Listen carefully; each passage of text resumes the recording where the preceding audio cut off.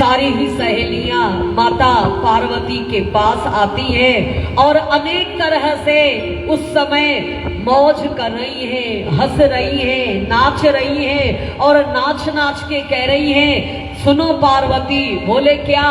दूल्हे बहुत देखे हैं हमने दुनिया, लेकिन जो तेरा ये दूल्हा है ना, ये अलग न्यारा ही है कोई दूल्हा। बोले कैसे?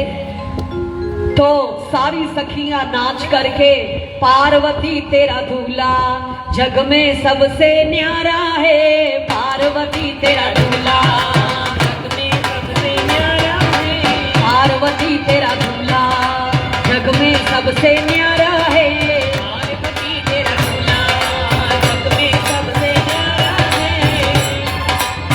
सब ताली की सेवा।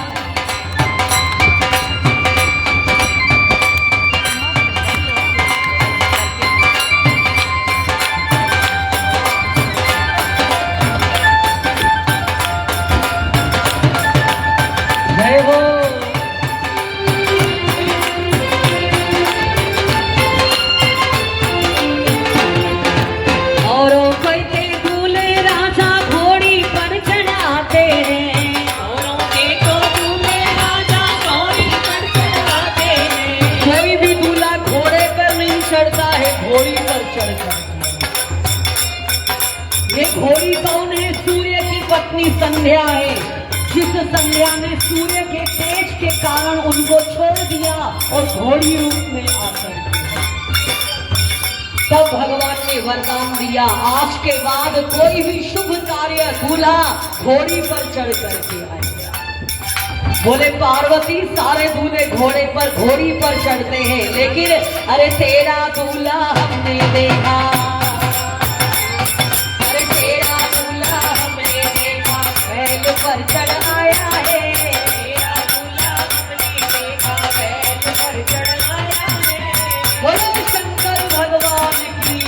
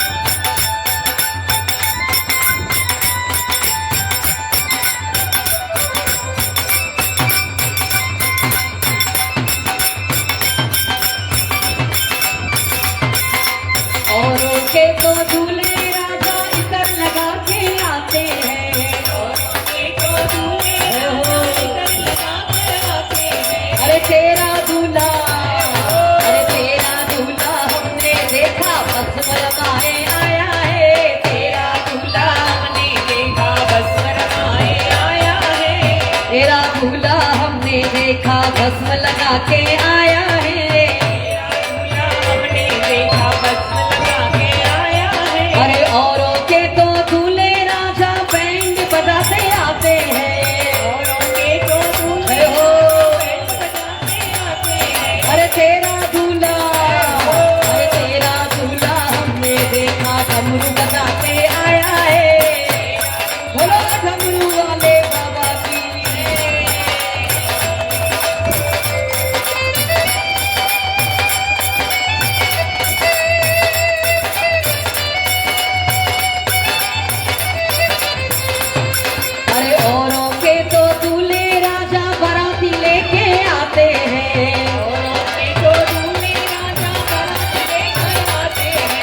तेरा दूल्हा, अरे तेरा दूल्हा हमने देखा भूत प्रेत ले आया है, तेरा दूल्हा हमने देखा भूत प्रेत ले आया है। बोलो भूतनाथ बाबा की, अरे पार्वती तेरा दूल्हा जग में सबसे न्यारा है, पार्वती तेरा दूल्हा जग में सबसे न्यारा है।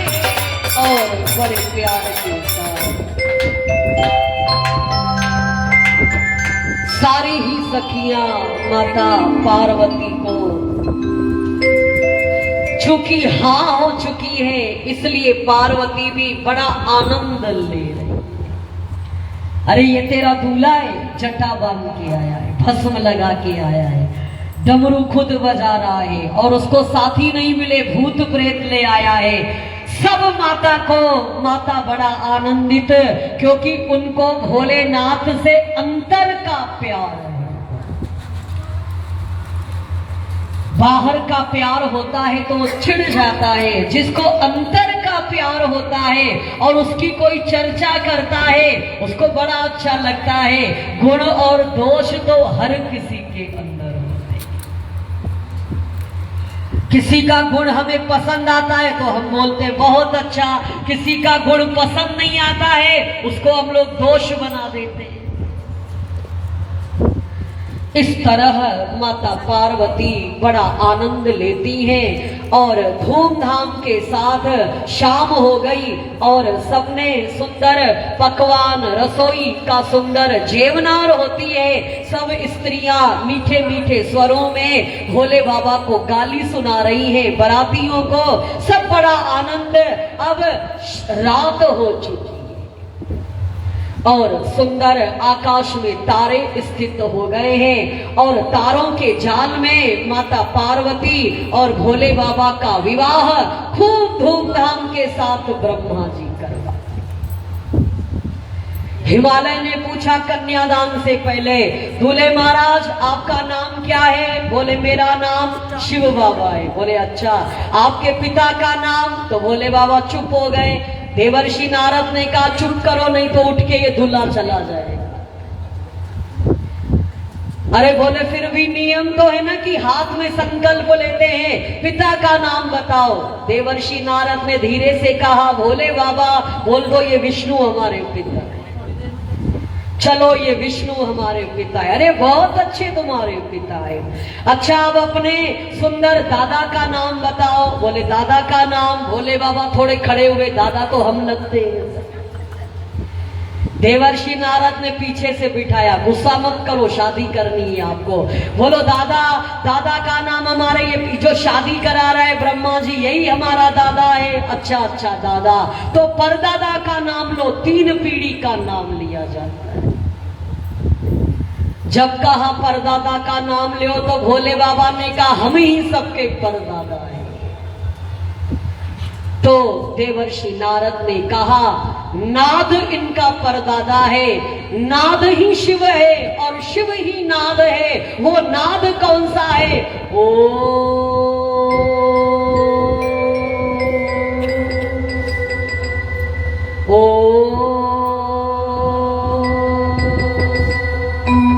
ये इनका परदादा।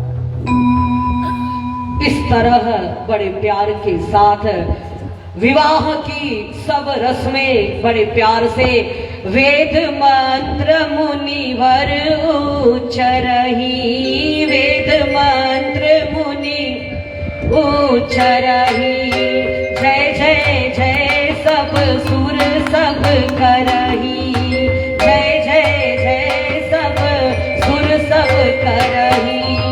पाणी ग्रहण जब कीन महेशा, हर्षे सब सकल सुरेशा, हर्षे सब। और बड़े प्यार के साथ पानी ग्रहण, वरमाल पहनाई, भगवान ने सिंदूर लगाया और सुंदर दक्ष बड़े प्यार से हिमालय और मैना ने अपनी कन्या का हाथ लेकर संकल्प करके कन्यादान भगवान शंकर को किया। आज से ये मेरी कन्या, इसको आप ग्रहण करें, ये आपकी पत्नी के रूप में आप इसको स्वीकार करें। और कन्या का दान दिया। इस दान के साथ साथ उन्होंने बड़े प्यार से 1 लाख सजी संवरी गाय माताएं दान और 1 लाख सजे सवरे उन्होंने घोड़े दान किए, 1 करोड़ हाथी दान किया, 1 करोड़ सुंदर रथ बाजे गाजे दान किया, वस्त्र रथ रत्न बर्तन सब दान किया, क्योंकि हिमालय के पास रत्नों की खान भरी रहे। और बड़े प्यार के साथ शिव के गण, भाई उठाते जाओ सामान, शिव के गण उठा रहे हैं आराम से। क्यों? क्योंकि भोले बाबा ने कहा जो हमारे सब बराती हैं इनको विदाई में सब ये दान कर देंगे। और इस तरह कन्यादान होता है बड़े प्यार के साथ। अग्नि के समक्ष इस सुंदर विवाह के विधि को वेद मंत्र मुनिवर उच्चारित कर रहे हैं और सब सुर पुष्पों की वृष्टि करते हैं और बड़े आनंद के साथ ये विवाह संपन्न होता है। और सुंदर चतुर्थी तक ये नियम था कि चतुर्थी तक बारात वहां ठहरे। 4 दिन हो गए, बोले विदाई, बोले और आप रहिए। नित्य नया शौनक आदि ऋषीश्वरों सुंदर हर तरह से नित्य नया भोग, नित्य नए पकवान, नित्य नया सत्कार हिमाचल सबको दे रही। 5वां दिन हो गया, 6ठा दिन हो गया, 1 महीना हो गया, 2 महीना हो गया और रोज कहते हैं कल विदा करेंगे, कल विदा करेंगे। और बड़े प्यार के साथ आखिर सप्त ऋषियों को बुलाया गया। भोले बाबा ने कहा भाई कब तक ये बारात ठहरी रहे? सप्त ऋषियों आप जाओ और हिमालय को जाकर के दशरथ की बारात जनक के यहाँ 6 महीने तक रुकी थी। कितना महीना? 6 महीना। और अभी की बारात क्या टिकती है? आधा दिन। अभी की बारात तो टिकती नहीं और टिकाने का दम भी किसी में नहीं, क्योंकि मनुष्य की शरीर की शक्ति दुर्बल हो गई, उसके मन का प्यार खत्म हो गया। अब हम लोग सब घर में भी शादी नहीं करते। कहाँ करते हैं? घरों में ताला लगा करके चलो सब होटल में चले। रिश्तेदार भी वहां, बाराती भी वहां, सगे संबंधी वहां, हम भी सब वहां, हमारे देवता पितर जिनकी पूजन करते हैं वो सब वहां। इसलिए होटल वाले धनवान होते जा रहे हैं और घर वाले वहीं के वहीं सीमित हो गए, क्योंकि जहां हम अपने देवता रखेंगे तो आशीर्वाद भी होटल वालों को मिलेगा। इसलिए होटलें खुलती चली जा रही है, उनका व्यापार बढ़ता चला जा रहा है। घर में आपके जन्मदिन और 8-10 लोग आएंगे, घर में खाना नहीं बनाओगे क्या? फोन करके बुलाओगे अपने घर। तो 6 महीने तक बारात टिकी रह गई जनकपुर के अंदर। आखिर राजा दशरथ ने पूछा भाई बारात विदा क्यों नहीं ले रहे हो? बोले ऐसा है जानकी की माता सुनैना उनको विदा नहीं कर। सुनैना के पास भेजा गया। बोले क्या हुआ? बोले ऐसा है एक शर्त पर बारात विदा हो। क्या शर्त पर? जो मेरी कन्या है ना जानकी, उसको मैंने खूब नाजों के साथ पाला, इसको मैंने पैर कभी जमीन पर रखने नहीं दिया, सर्व सुख दिया है, ये मेरे हृदय का एक टुकड़ा है। बोले लेकिन नियम है, विदा तो करना पड़ेगा, भले दिल का टुकड़ा हो दिमाग का टुकड़ा हो, विदा तो करना ही पड़ेगा।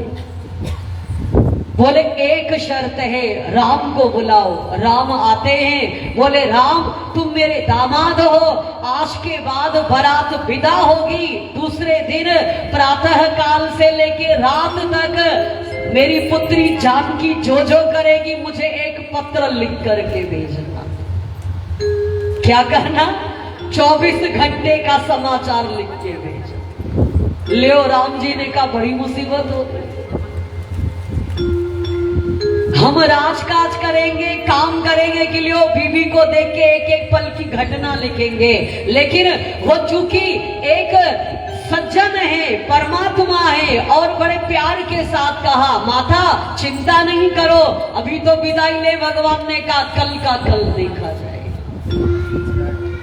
और राम जी को कहा रोज लिखना, मैं अपना यहाँ से सुंदर मंत्री को भेजूंगी, सेवक को, वो रोज पन्ना ले आएगा, रोज ले आएगा, तब मेरे दिल को ठंडक मिलेगी, मेरी जान की बहुत खुशी।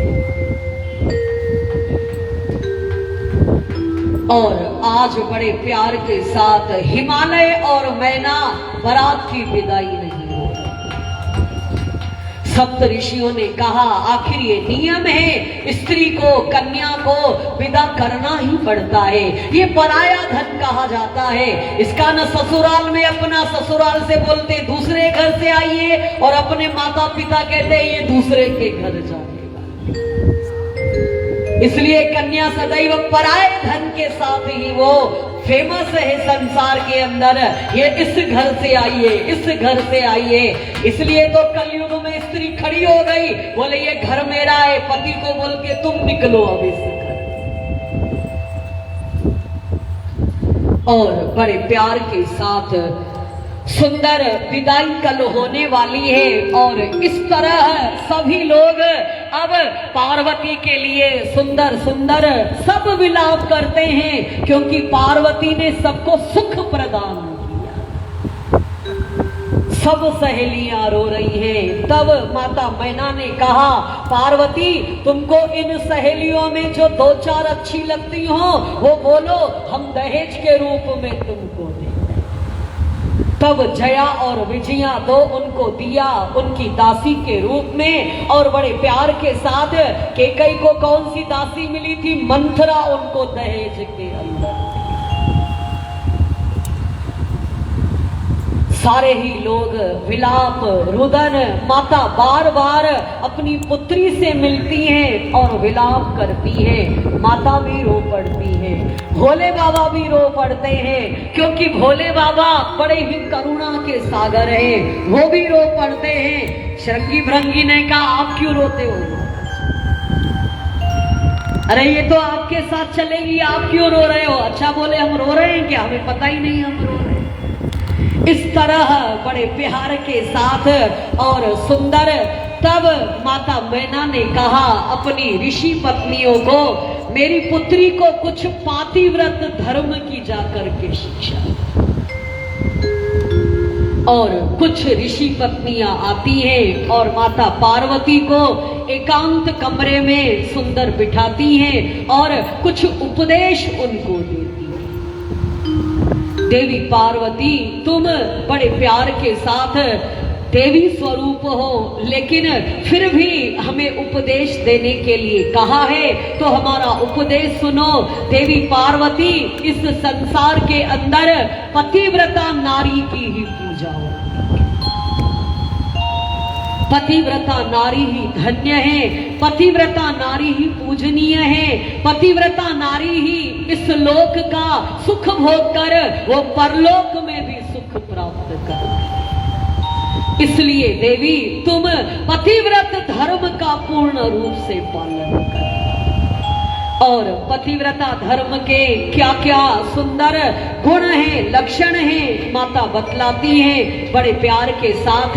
देवी हर स्त्री को चाहिए विवाह करने के पश्चात पति ही उसका देवता है, पति ही उसका गुरु है, पति ही उसका भगवान है, पति ही उसका परमेश्वर है, और पति ही उसका तीर्थ होता है।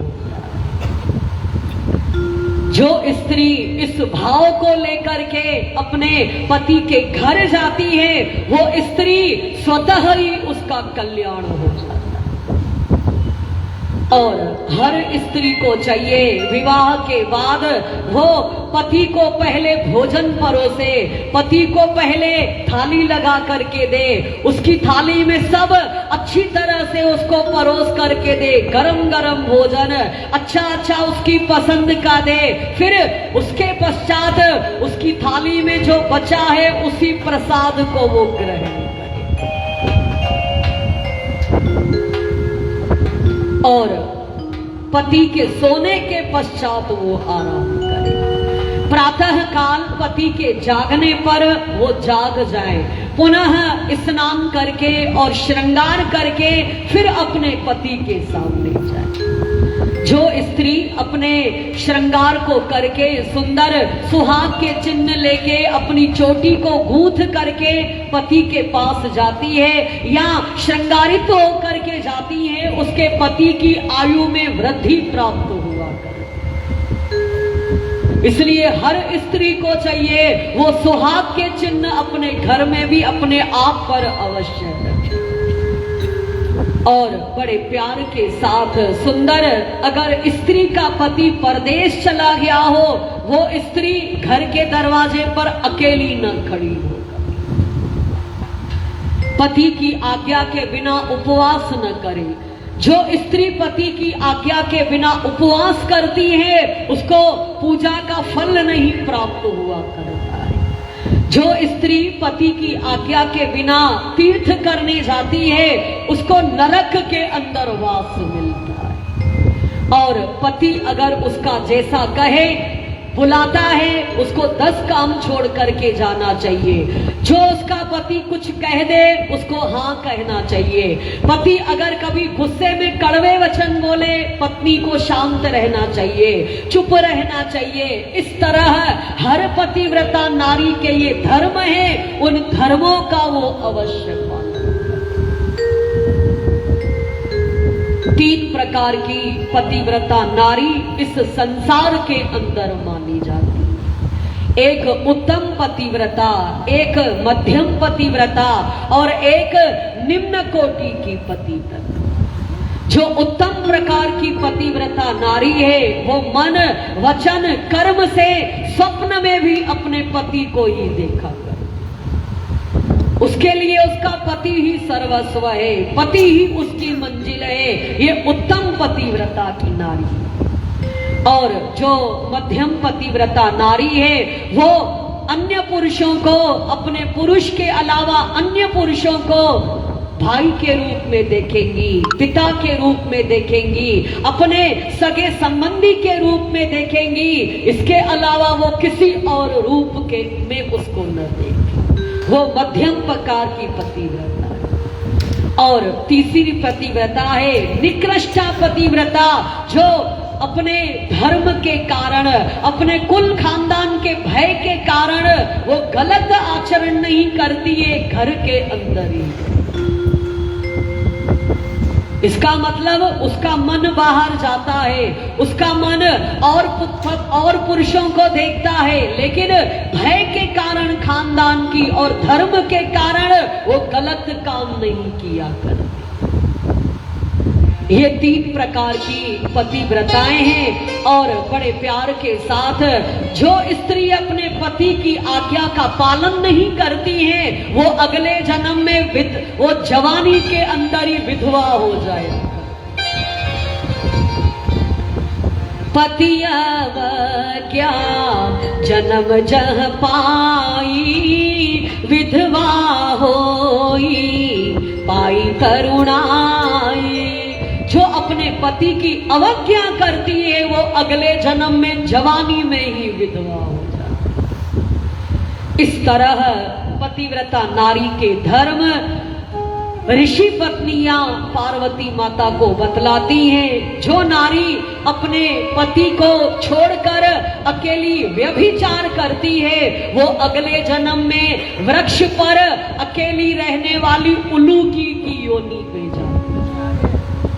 जो स्त्री अपने पति को मिठाई नहीं खिलाती है, अकेली खाती है, वो अगले जन्म में सुअरी या बकरी की योनि प्राप्त करती है।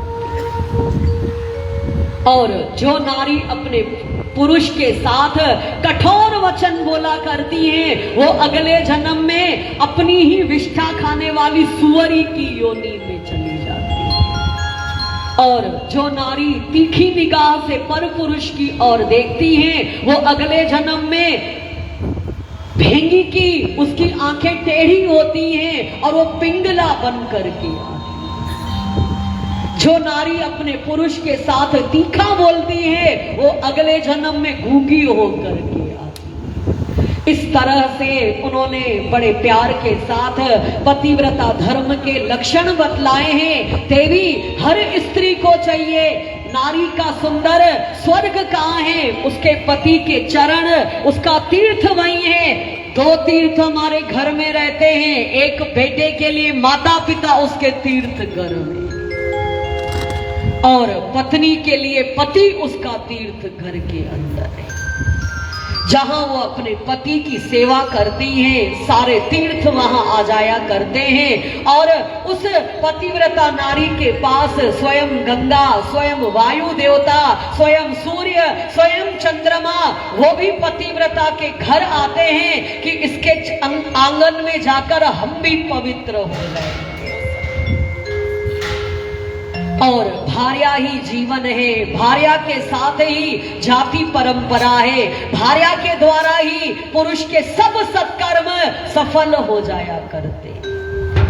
इस तरह बड़े प्यार के साथ देवी पार्वती, तुम तो साक्षात पतिव्रता नारियों में अग्रगण्य हो, क्योंकि दुनिया की नारी तुम्हारा ही धर्म, पतिव्रता धर्म में तुम्हारा नाम। और जिस तरह अनुसुईया का नाम है, शांडिली का नाम है, लोपामुद्रा का नाम है, सावित्री का नाम है, स्वधा का नाम है, बहुत सारी ऐसी पतिव्रता नारी हैं जिन्होंने अपने पतिव्रत धर्म के बल पर भगवान को भी दर्शन प्राप्त कर लिया। अनुसुईया ने तो ब्रह्मा विष्णु महेश को 6-6 महीने का उनको बच्चा बनाया। देवर्षि नारद आते हैं, सुंदर वैकुंठ लोक में माता लक्ष्मी ने लड्डू खाने को दिया।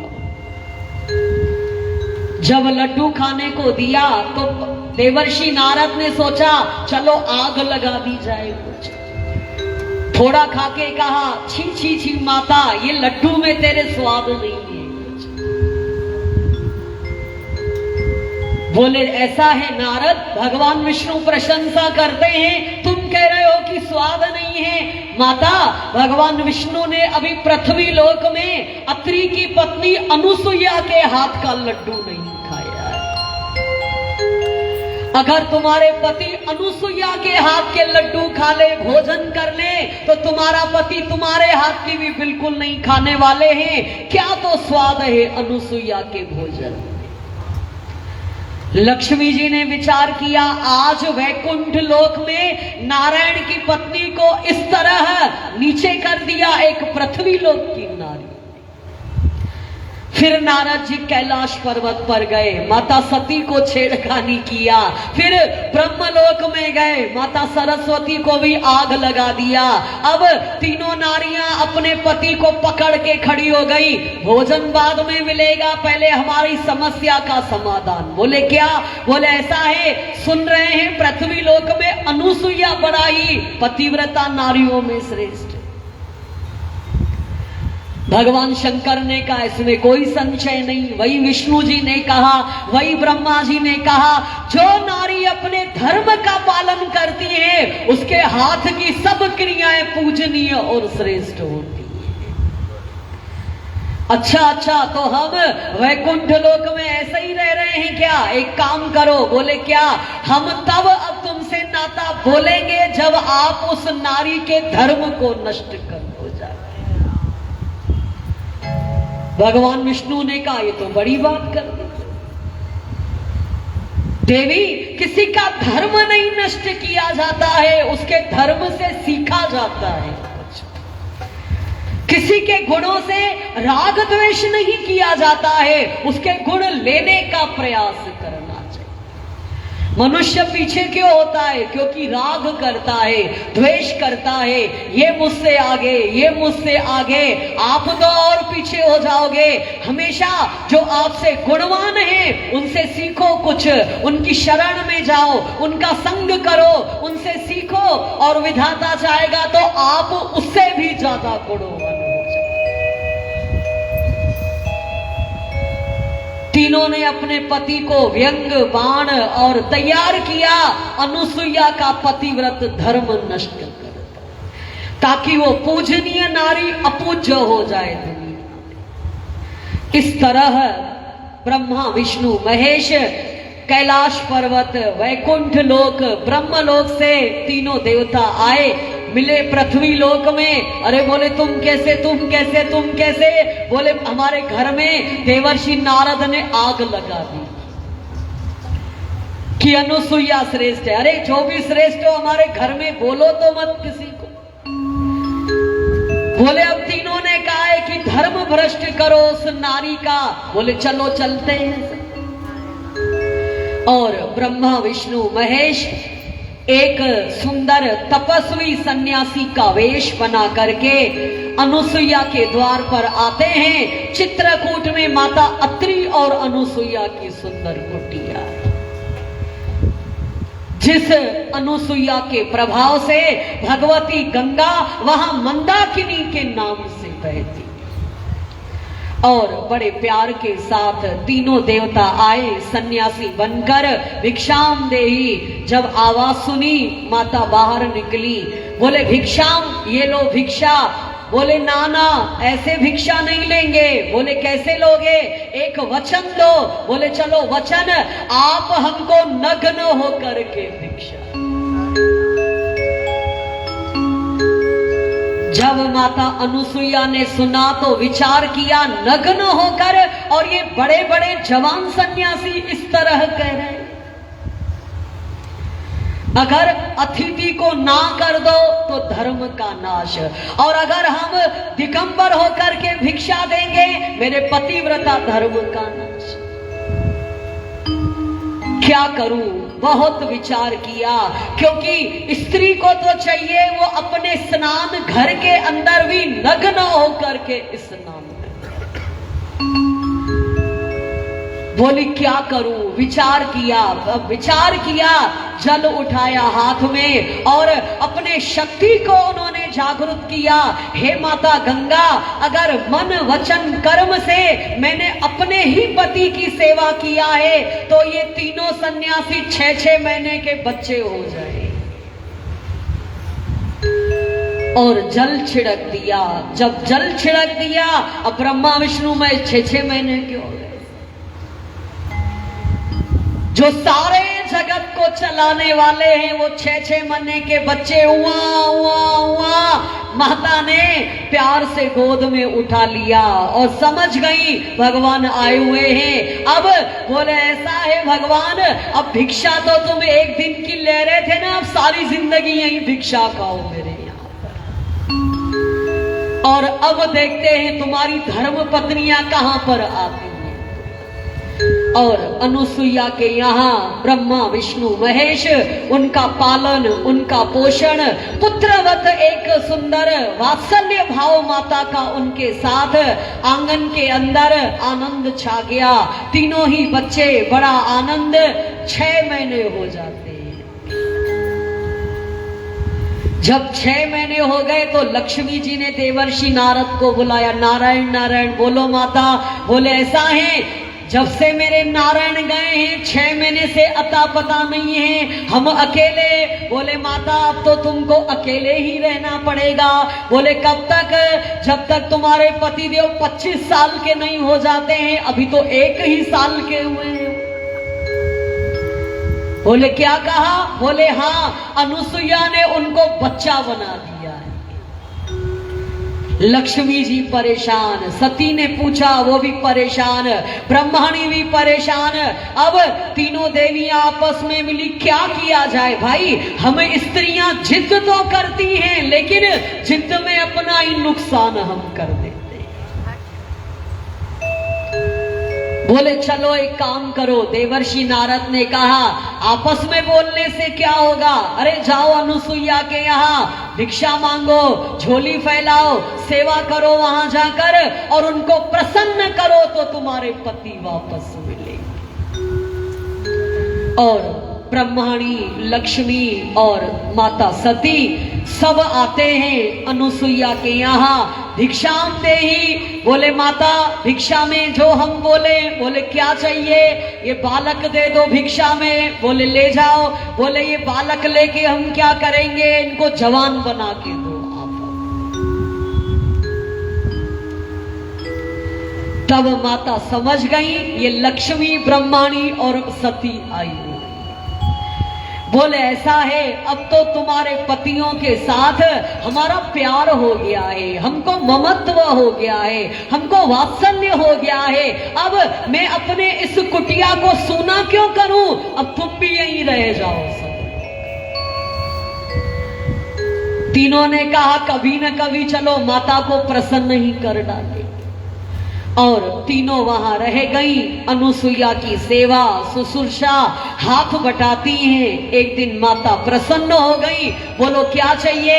बोले ऐसा है, हमारे पतियों को जवान होकर के हमें दान में दे दो वापस। और तब माता प्रसन्न होकर उनको दान में देती हैं। लेकिन ब्रह्मा विष्णु महेश ने महेश से कहा क्या करें, अब हमको मोह हो गया है। तब ब्रह्मा विष्णु महेश दत्त भगवान बनकर उनके यहाँ रहते हैं। बोलो दत्तात्रेय महाराज की। जो दत्तात्रेय के 3 सर हैं वो ब्रह्मा विष्णु महेश। और इस तरह तीनों अपने पतियों को लेकर के आती हैं। देवी पार्वती अनुसुईया ने ब्रह्मा विष्णु महेश को पतिव्रत धर्म के प्रभाव से बच्चा बना डाला। क्यों? क्योंकि नारी के लिए पति ही स्वर्ग है, पति ही तीर्थ है, पति ही उसका भगवान है। इसलिए जब उसका पति आता है प्रसन्न होकर उसका स्वागत करे, फिर प्रसन्न होकर उसको चाय पानी जो भी उसको देना है नाश्ता दे, प्रसन्न चित्त होकर उसके पास में रहे। इस तरह उस घर के अंदर स्वर्ग के देवी देवता निवास कर। और आजकल हम लोग क्या हैं, बिल्कुल उल्टे। ये तो हमने शिव पुराण के अनुसार सब आपको बातें बताई, लेकिन आजकल का जो दर्शन है बिल्कुल उल्टा है। पति बाद में खाएगा, पहले धर्म पत्नी खा लेती, खुद गरम गरम खाएंगी, बढ़िया फर्स्ट क्लास। और हमको कहती हैं हम तो योगा जाते हैं ना, तो बस हम तो 7 बजे खाना खा लेते। पति देवता के लिए 11 बजे तक हॉट पॉट में रख देती है। पति जगता रहेगा, सुबह जल्दी उठ जाएगा, उसको कहती है चाय हमारे लिए भी जरा दे देना। और जब पति आएगा वो अपना मन में बनाए रहती है, आज ये कहना है, आज उसकी माँ के लिए कहना है, आज उसकी बहन के लिए कहना है, आज झगड़ा करना है, आज ये करना है, आज उसको वो अपने आप में स्वार्थ को दबाए रहती है। इसलिए आज क्या प्रॉब्लम है, आज घर घर के अंदर समस्या। और जितना हम लोग तलाक के आप केस देखो, वकील कहता है क्या बताएं माता जी आपको, आज बड़े बड़े बच्चे वालों के हमारे पास तलाक की फाइलें आ जाए। क्यों? क्योंकि स्त्री अपने को पावरफुल समझने लग गई। पावरफुल बनो, लेकिन धर्म की जगह धर्म की अवस्था के अंदर। पति की सेवा करो, उसको कड़वे शब्द न बोलो, उसके ऊपर प्रेशर मत डालो किसी चीज का, उसके ऊपर कोई दबाव नहीं डालो। नहीं तो क्या है, आज जवानी के अंदर ही स्त्री विधवा हो जाए, क्योंकि पति को अटैक आ गया। या तो वो दारू पीना शुरू करेगा, या तो गलत संगत के अंदर जाएगा। उसकी जिम्मेदार एक नारी ही हुआ। इस तरह बड़े प्यार के साथ ऋषि पत्नियों ने सुंदर पातिव्रत धर्म की उपदेश दिया। और विदाई का समय आता है, पालकी सजा दी गई है, और माता मैना हिमालय पार्वती से लिपटकर जोर जोर से विलाप कर, और माता ने शिक्षा दिया, करे हूँ सदा शंकर पद पूजा, नारी धर्म पति देव न दूजा, कत विधि नारी सृजी जग माही, पराधीन सपने हूँ सुख नाही। अरे अरे विधाता, तूने इस संसार में नारी का सृजन ही क्यों किया? मैनावती विधाता को दोष दे रही है, तूने नारी को क्यों जन्म दिया संसार में, बचपन से ही वो अधीन ही रहती है। जब बचपन होगा तो माता पिता के अधीन रहेगी, शादी करेगी तो पति के अधीन रहेगी, फिर बेटे की शादी करेगी तो बेटे बहू के अधीन रहेगी। उसकी कोई स्वतंत्रता नहीं है, उसका गुलामी का जीवन। और मैना बड़े प्यार के साथ रुदन करती है, मेरी पुत्री पार्वती तेरा धर्म है शिव चरणों की रोज पूजन करना, अपने पति को सुख प्रदान करना मन वचन कर्म से। इस तरह जीवन गंगा की धार के जैसा होता है। गंगा जी कहीं छोटी हैं, कहीं बड़ी हैं, कहीं उसमें पत्थर है, कभी मैला है, कहीं साफ है। हर स्त्री को चाहिए, लेकिन गंगा सदैव पवित्र ही। हर स्त्री को चाहिए जीवन एक गंगा की धार के जैसा रखे। इस तरह सुंदर उपदेश देती है, विदाई होती है और दक्ष भगवान शंकर को हिमाचल प्रणाम करते हैं और पुनः बारात कैलाश पर्वत पर आती है। और बड़े प्यार के साथ जब आई है कैलाश पर्वत पर, जो जो दहेज मिला है भोले बाबा ने पकवान व्यंजन खिलाया पिलाया, सबको बांटा। बोले अब सब जाओ अपने अपने घरों की।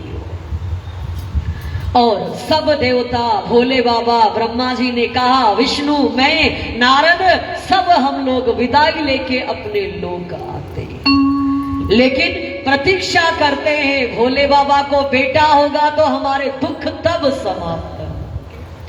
इस तरह हम सब देवता चले जाते हैं और बड़े प्यार के साथ माता पार्वती भोले बाबा के साथ आनंद से रह रही हैं। प्रातः काल हुआ, भोले बाबा ने कहा ये लो सिलबट्टा, बोले जी, और ये लो भांग का गोला, बोले हाँ, अब इसको पीसो, रोज हमारी मटका भर के भांग बनाया करो क्योंकि हमारी आदत है हम भांग पीते हैं। पार्वती ने देखा अगर ये बात तुमने हमारे मैके बोली होती ना, हम यहां तक नहीं आते थे। अरे बोले मैके कोई बोलता है क्या, अब हमारा नियम है हम रोज भांग पीते हैं। बोले तुम्हारे मैके में तो हम रूखी भांग लेते थे, अब सिलबट्टे पर पीसो, बनाओ मटका भर, तुम्हारा दिल हो तो तुम भी पीना, बाकी हम तो छकाछक पिए। पार्वती ने सोचा भैया नए नए आए हैं, कल को बोले तलाक, अपने मैके चली जाओ, तो क्या करेंगे, चलो थोड़े दिन इनको बना करके दे दे। और मातेश्वरी ने सिलबट्टा उठाया है, भांग पीसी है, भोले बाबा भांग पीते हैं, राम राम में मस्त हो जाते हैं। फिर दूसरे दिन, चौथे दिन, 8 दिन, 20 दिन, 6 महीना, एक दिन माता पार्वती ने कहा सारा दिन भांग पीते हो, अरे बीवी की ओर देखते भी हो कभी, घरवाली को लेकर के आए हो, अरे उसको देखो तो सही, साड़ी है नहीं है, कपड़ा है, वस्त्र है, अपना खान पीन है, तुम तो भांग। हाय में घोटत घोटत हारी, हाय में घोटत घोटत हारी, हाय में घोटत घोटत हारी, हाय में घोटत घोटत हारी, हाय में घोटत घोटत हारी, हाय में घोटत घोटत हारी। एक दिना की होए तो घोटू, एक दिना की होए तो घोटू, अरे रोज न घोटी जाए, हाय में घोटत घोटत हारी, हाय में घोटत घोटत हारी। तो बोलो, क्योंकि हाय हाय करने की तो वैसे ही आदत है, माता पार्वती भी हाय हाय कर, हाय में घोटत घोटत हारी, हाय में घोटत घोटत हारी। हाँ सब बोलो,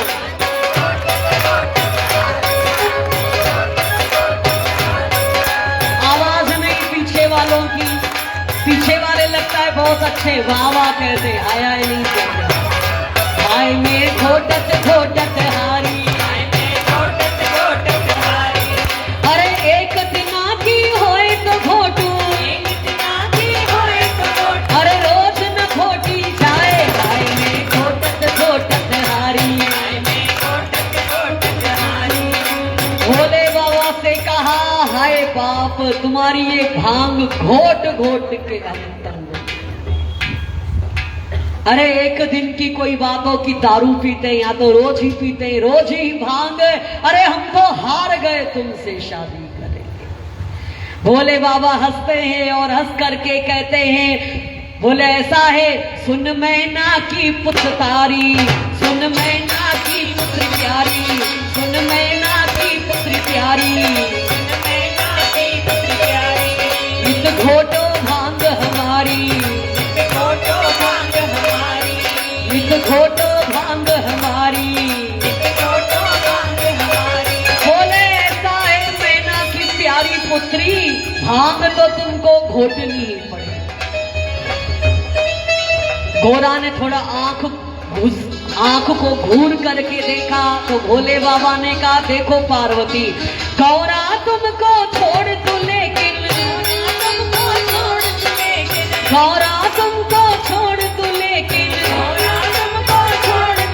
अरे भांग न छोड़ी जाए, हाय में घोटत घोटत हारी, अरे भांग न छोड़ी जाए, हाय में घोटत घोटत हारी, हाय में घोटत घोटत हारी, हाय में घोटत घोटत हारी। बोले तुमको छोड़ सकते हैं पर हम अपनी प्यारी भांग को नहीं, हाय में घोटत घोटत हारी, हाय में घोटत घोटत हारी।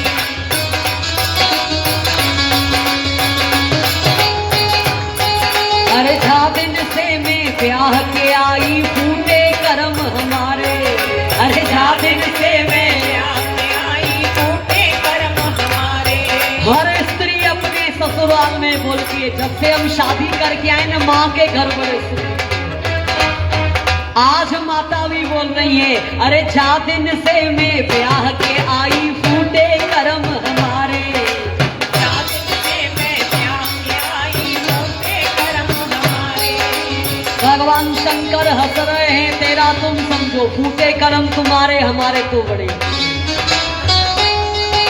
बोले ये पतिदेव हमारी मानेंगे नहीं तो जो इसको, इनके जो स्वामी है राम, अब उनको ही प्रार्थना करते हैं।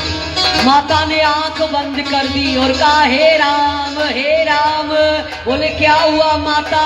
राम करे ऐसा हो जाए, राम करे ऐसा हो जाए, अरे राम करे ऐसा हो जाए, राम करे ऐसा हो जाए, अरे सिलबट्टा ही फूटे, वो सिलबट्टा ही फूटे, आए में घोटत घोटत हारी, आए में घोटत घोटत हारी, आए में घोटत घोटत हारी, आए में घोटत घोटत हारी।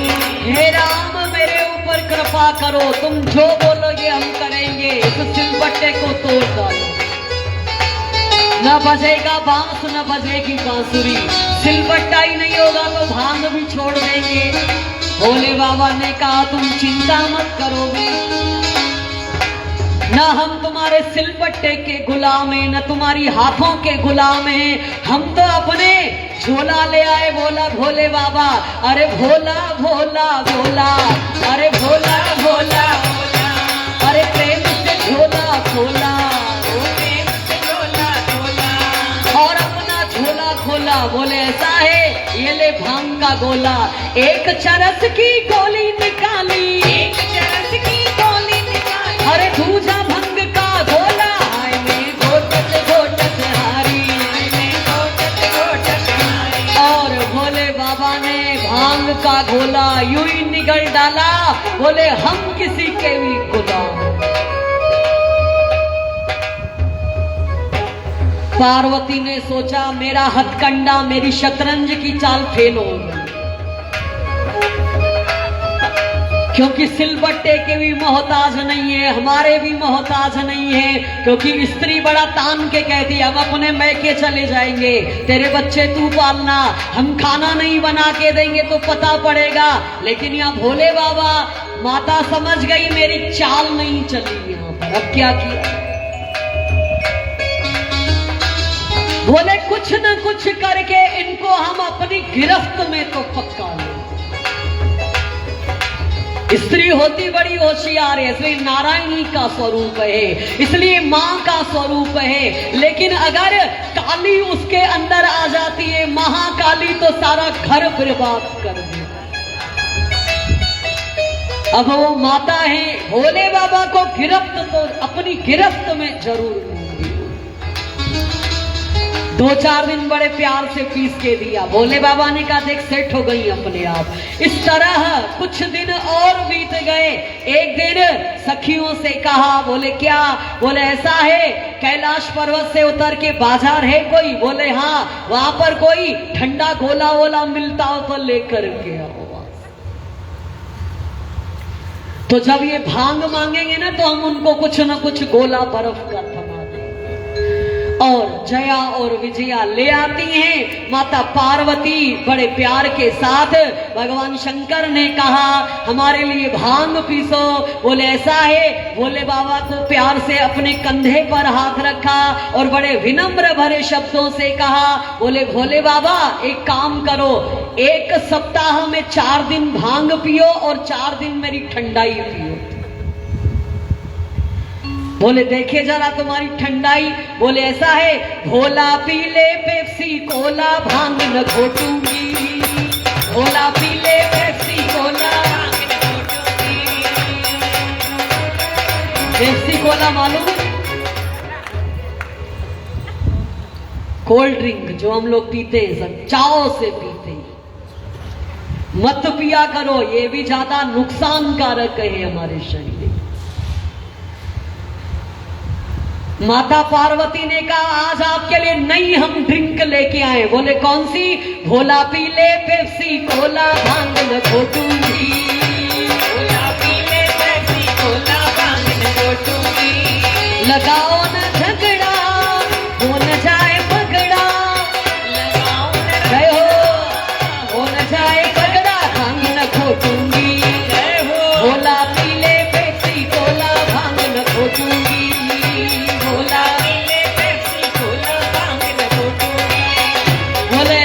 स्वामी आज तो मेरी बात मानो। बोले क्या? आज ये पेप्सी कोला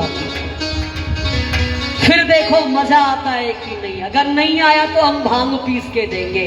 अरे क्या समाज में शादी हो गई, देखो मेरी सहेलियां क्या कहती है, तुम्हारा पति है ये भूत प्रेत के साथ है और भांग पीता रहता है। अरे कल हमारे बच्चे होंगे तो क्या बोलेंगे, वो भी भूत प्रेत और भांग पीते रहे। भोले बाबा ने कहा चल्ला तेरी आज पेप्सी कोला ही पी लेते। और भूत प्रेत की यारी भी भोला छोड़ो। इस तरह बड़े प्यार के साथ उनका गृहस्थ आश्रम कई वर्ष बीत गए। देवताओं को चिंता हुई, अभी तक समाचार नहीं आया कि भोलेनाथ को बेटा हुआ है कि नहीं हुआ। तब उन्होंने अग्नि देव को भेजा। बोले जाओ देखो भोले बाबा क्या कर रहे हैं। और अग्नि देवता आते हैं और नंदीश्वर से पूछा भगवान दिखाई नहीं पड़ रहे हैं। बोले ऐसा है, सामने गुफा के अंदर जब से विवाह करके आए हैं गुफा से बाहर निकले ही नहीं। अग्निदेव ने सारे ही देवताओं को समाचार दिया। तब सारे ही देवता ब्रह्मा विष्णु इंद्र वरुण कुबेर सब आते हैं और उनकी कुटिया के आसपास जोर जोर से चिल्लाने लगे, रक्षा करो रक्षा करो, भोलेनाथ कृपा करो रक्षा करो। जब बहुत चिल्लाया तो भोले बाबा बाहर निकलते। और जैसे ही वो बाहर निकले पितामह ब्रह्मा कहते हैं नारद, उसी समय भोलेनाथ के द्वारा उनके शरीर से एक शक्ति पृथ्वी पर गिर पड़ी। जैसे ही वो शक्ति पृथ्वी पर गिरी उसी समय विष्णु भगवान ने अग्निदेव से कहा इस शक्ति को तुम ले लो। उन्होंने कबूतर बन करके उसको ग्रहण कर और उड़ चले वहां से माता। तब देवताओं ने कहा स्वामी पुत्र संतान की उत्पत्ति हो और तारक असुर को मारा जाए और हम सबको पुनः अपनी सुख समृद्धि प्राप्त हो।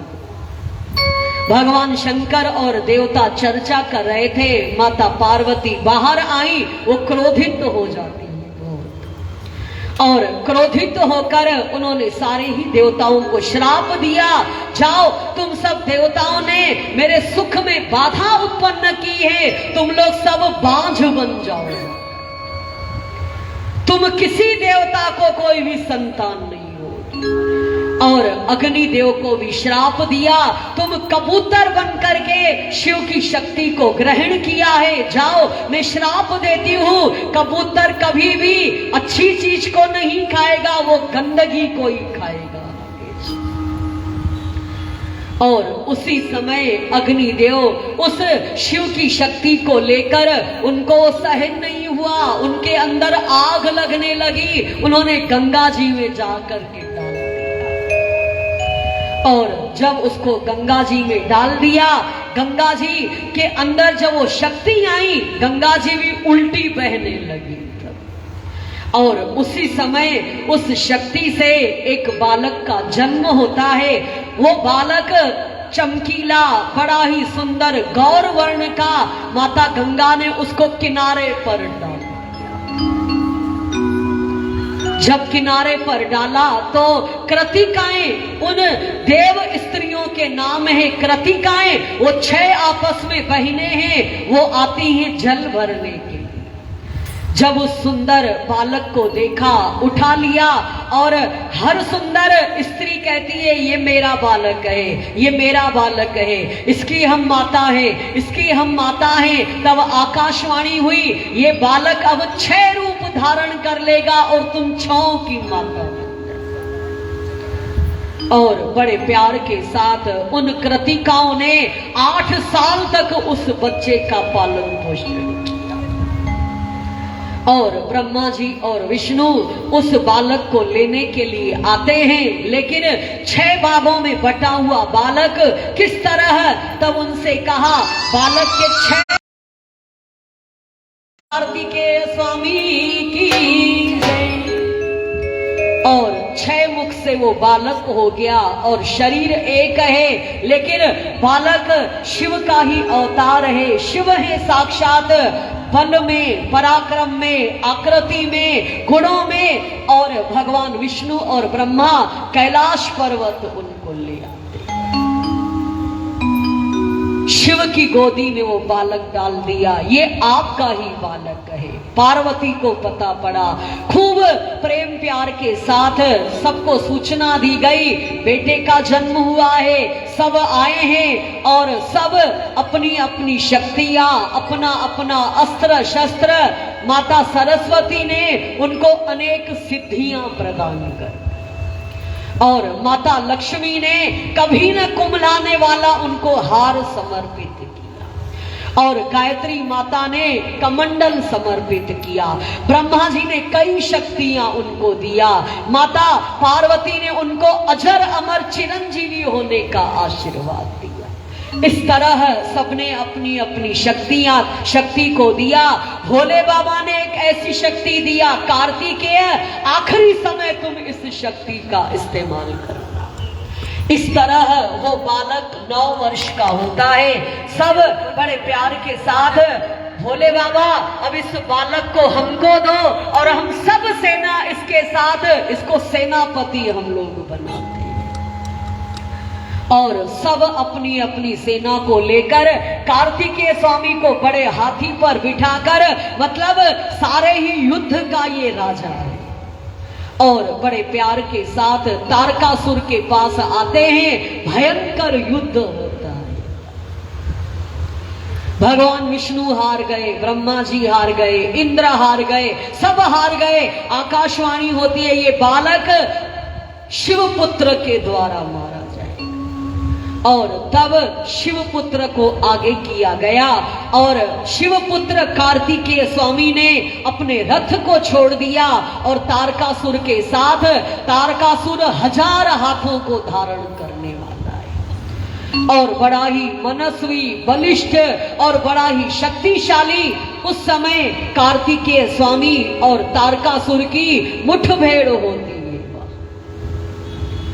सूर्य की गति रुक गई, चंद्र रुक गए, और सब जो उनके मामा हैं पर्वत, सब हाय हाय करते हैं, ये बालक को इसके हाथ मारा जाएगा। लेकिन उसी समय भयंकर युद्ध छिड़ गया। तारकासुर राक्षस पर उन्होंने वो शक्ति को डाला और उसी समय वो तारकासुर राक्षस धराशायी हो गया और उसके प्राण पखेरु उड़ जाते हैं। सब जय जयकार मनाते हैं। बोलो कार्तिकेय स्वामी की, हर हर बम बम बम बम। और सब कार्तिकेय स्वामी को प्रणाम करते। शिव के समान ही वो उनका पुत्र है और कैलाश पर्वत पर उनको ले आते हैं। इस तरह देवर्षि नारद ने कहा, अब गणेश जी के जन्म की कथा आप बताइए। और बड़े प्यार के साथ सुंदर कार्तिकेय स्वामी शिव के उस महल में आनंद हो गया है, बड़ी प्रसन्नता। एक दिन जया और विजया ने, उनकी सखियों ने कहा, देवी पार्वती ये बताओ तुम्हारे सेवक कितने हैं?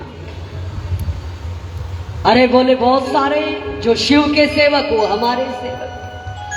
बोले एक भी तुम्हारा नहीं है। बोले नंदी हमारा सेवक है, वीरभद्र है, श्रृंगी है, भृंगी है। बोले आजमाइश करो, कोई तुम्हारा सेवक नहीं है, सब शिव आज्ञा का पालन करते हैं।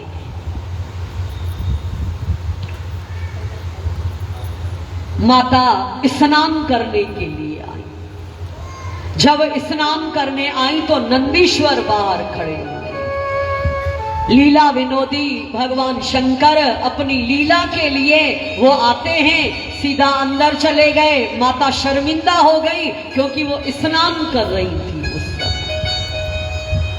जब स्नान हो गया और भोले बाबा के साथ विराजित हुई तो भोले बाबा से कहा, ऐसे कैसे आप चले आते हो, हमने नंदीश्वर को खड़ा किया।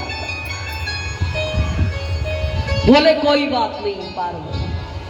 तब माता पार्वती विचार करती हैं कि मेरी सखियां हैं, उन्होंने सही कहा, सब भोले बाबा की आज्ञा मानते हैं, आपका आज्ञाकारी कोई भी सेवक नहीं।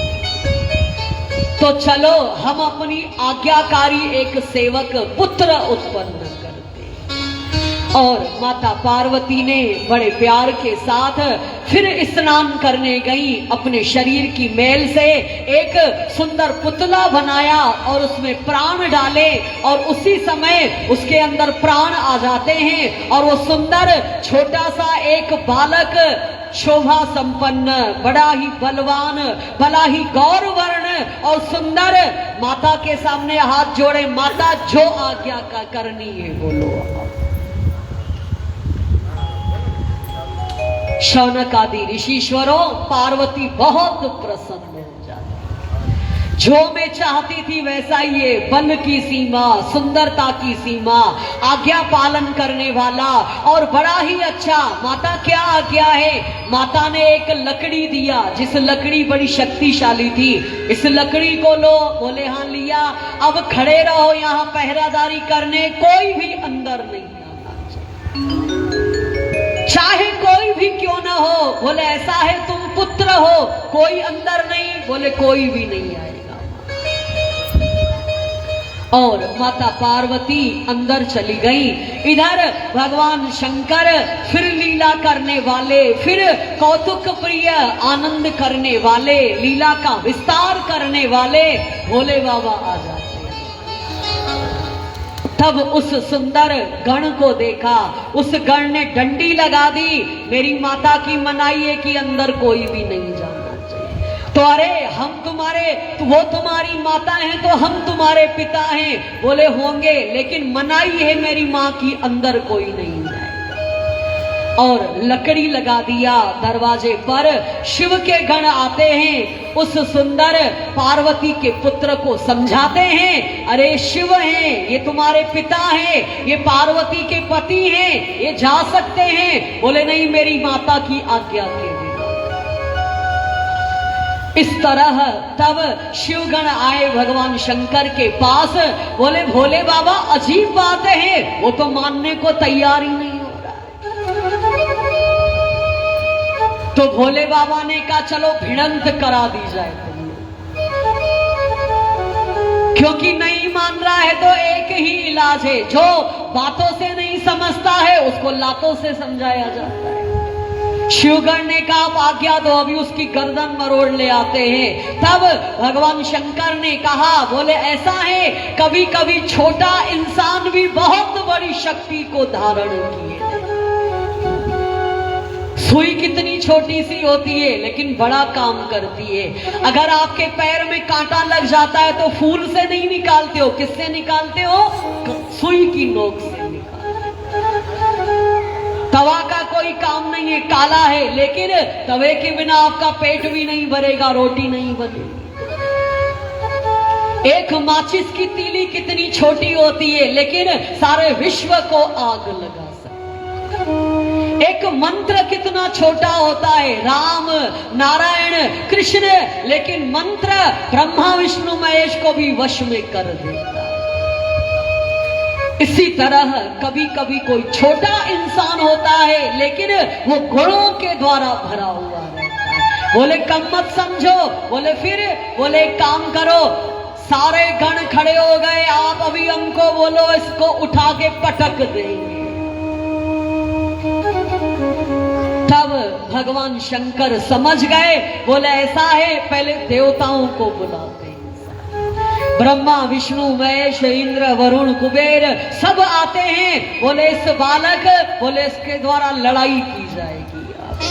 तब भगवान शंकर सारे देवताओं का अहंकार चूर करने के लिए और अपने शिव गणों का अहंकार चूर करने के लिए उन्होंने लीला किया। मेरे शिव गणों को अहंकार है अपने बल का, देवताओं को भी बड़ा अहंकार है। आज ये अहंकार इस बालक के द्वारा इनका समाप्त करो, क्योंकि भगवान को अहंकार नहीं पसंद है।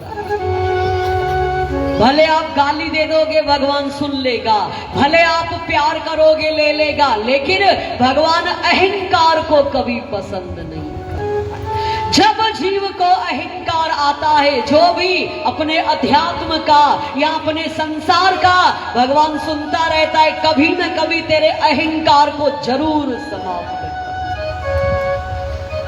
और अगर आप मास्टर हो, ईमानदार हो, विद्यार्थी अच्छे हो, तो अपनी लाइफ को देखना अहंकार खत्म होता है कि नहीं। ईश्वर हर किसी का अहंकार, फिर वो अपने प्यारे को अहंकार को तो रहने ही नहीं देता, क्योंकि अहंकार हमारे जन्म और मरण का कारण है। अहंकार एक तीखी एक तलवार है जो मनुष्य को छत विक्षत कर दिया करती।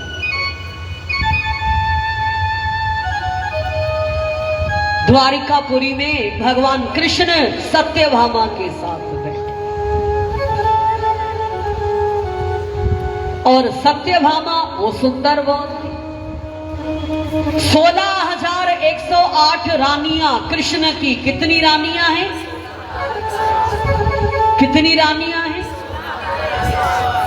16,108। इधर एक ही महारानी से तो दुखी होता है और भगवान को कहता है अगले जन्म में ये मत देना, दूसरी देना। और फेरे लगाता है कि जन्म जन्म का साथ है।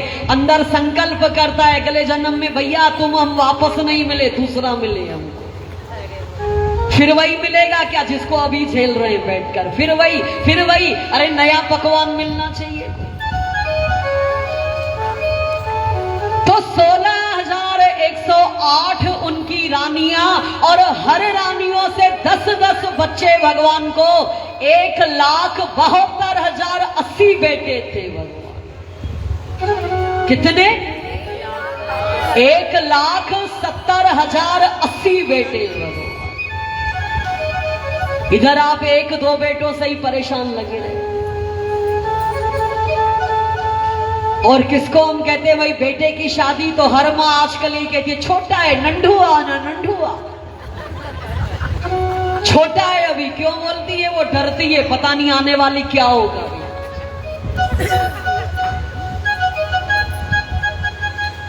लेकिन भगवान कृष्ण वैसे के वैसे मुस्कुराते हुए, वैसे के वैसे आनंद देने वाले, वैसे ही परम सुंदर और बड़े प्यार के साथ, लेकिन सत्यभामा सबसे सुंदर।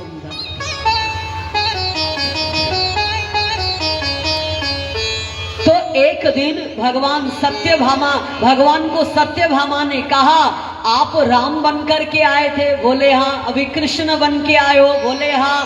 बोले फिर सीता बड़ी सुंदर थी सुना हमने? बोले बड़ी सुंदर थी सीता। तो धीरे से कहा, हम सीता से कम है क्या? बोले तुम सीता की नौकरानी भी नहीं लगती। कृष्ण जी ने क्या जवाब दिया? तुम सीता जी की नौकरानी जैसी भी नहीं थी, मतलब सेविका भी नहीं थी। तो जब सत्यभामा ने कहा फिर भी चलो त्रेता युग की बात छोड़ो, 16,108 में तो हम ही सुंदर है ना, हाँ कहो तुम, हाँ कहो। तो गरुड़ भी खड़ा हुआ था। पक्षीराज गरुड़ का क्या काम था? समुद्र के बीच में सुंदर द्वारिका थी, वो रोज भगवान को इस पार से उस पार ले आता। तो गरुड़ जी ने कहा, भाई तो जब आप राम थे तो आपके साथ गरुड़ तो नहीं था, तो कौन था? बोले हनुमान जी थे तब हमारे साथ। अरे हनुमान क्या बंदर, हमारे जैसा तीव्र गति से उड़ा के ले जाने वाला कौन होगा? भगवान ने सोच लिया इसको भी घमंड हो गया। हमारे साथ जो बैठी है महारानी, उसको सुंदरता का घमंड, जो हमारा वाहन है गरुड़, उसको अपने बल का घमंड। तब तक सुदर्शन चक्र अंदर आया।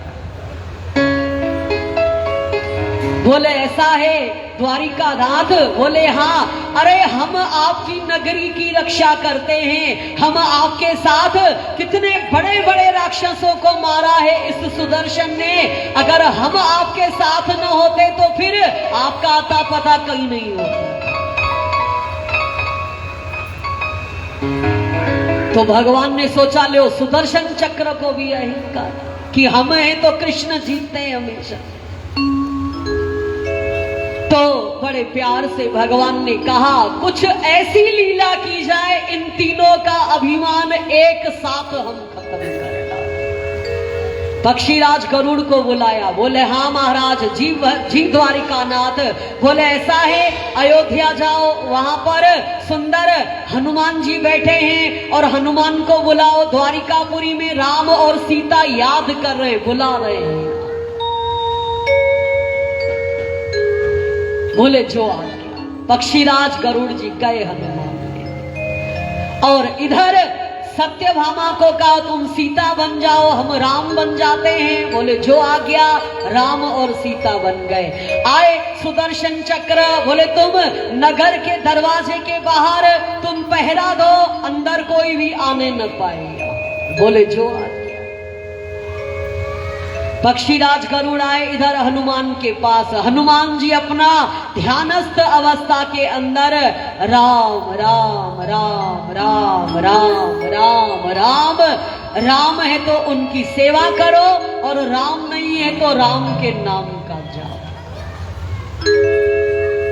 पक्षीराज गरुड़ ने कहा, आप हनुमान जी? बोले हाँ। चलो द्वारिकापुरी में राम और सीता आए हैं और आपको तुरंत बुलाया है।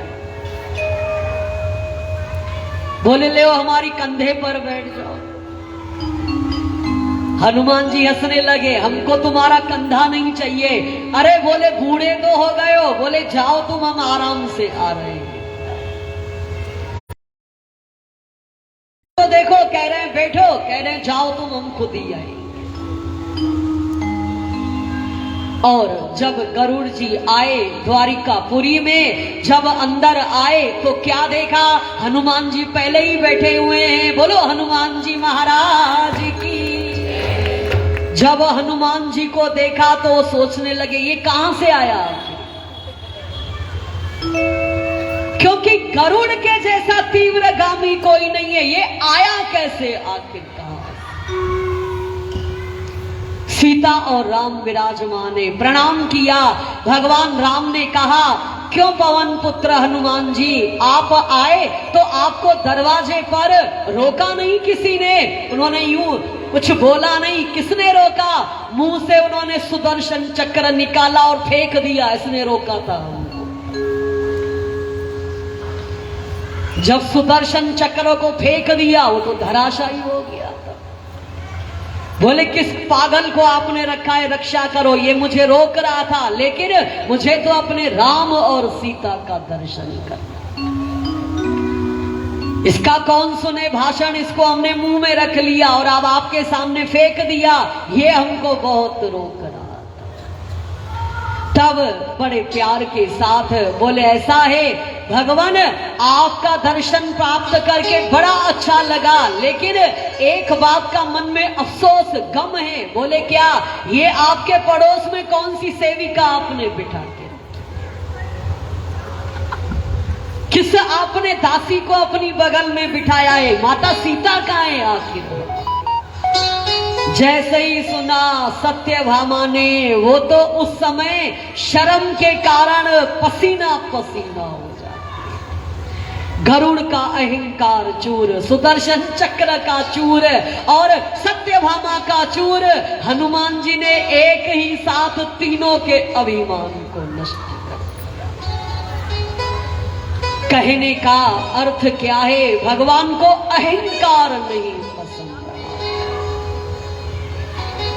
और आज जब शिव गणों को अहंकार है, देवताओं को अपने बल का अहंकार है, भगवान ने कहा इस बेटे के माध्यम से उनका भी अहंकार समाप्त कर। सब देवताओं ने कहा हम इस बच्चे से लड़ें। बोले हाँ जाओ लड़ो। तब शिवगण हार गए, विष्णु जी हार गए, ब्रह्मा हार गए, सब हार गए। उस बच्चे ने लकड़ी में शक्ति का एक सुंदर, माता ने शक्ति का पात दिया है, वो लकड़ी ने ही सबको हरा डाला। तब कौतुकी भगवान शंकर आते हैं लीला के वश और त्रिशूल चला करके उस बच्चे की गर्दन काट डाली।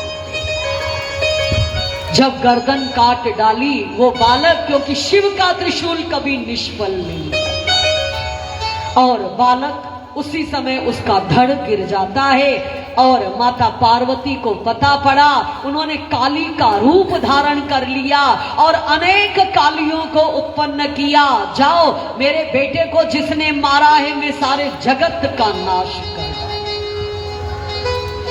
और शिवानी की वो शक्तियां सारे जगत को खाने लग गई।